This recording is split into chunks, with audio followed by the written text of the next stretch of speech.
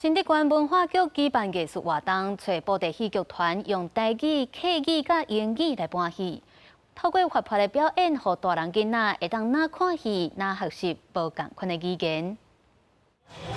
你到底是谁？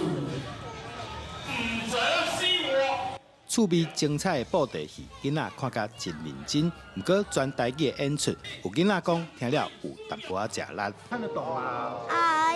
如果有在上面有字的话，就可以看得懂。然后有时候会讲中文，所以听得懂。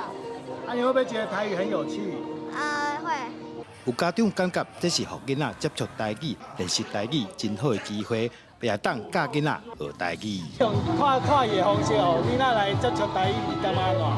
安尼上好啊，因为安尼学较紧。因为都是用闽南语嘛，会讲出一些非常我们平常听不到的一些俚语。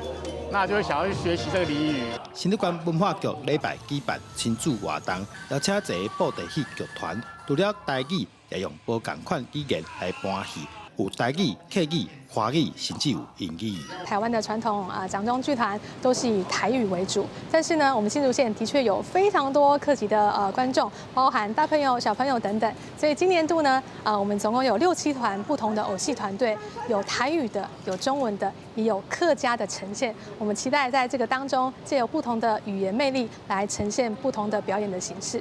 文化局表示，规下晡的活动，虽然讲无法度会晓讲、会晓听，不过对囡仔来讲是一个真好的语言体验。记者朱君豪，新竹报道。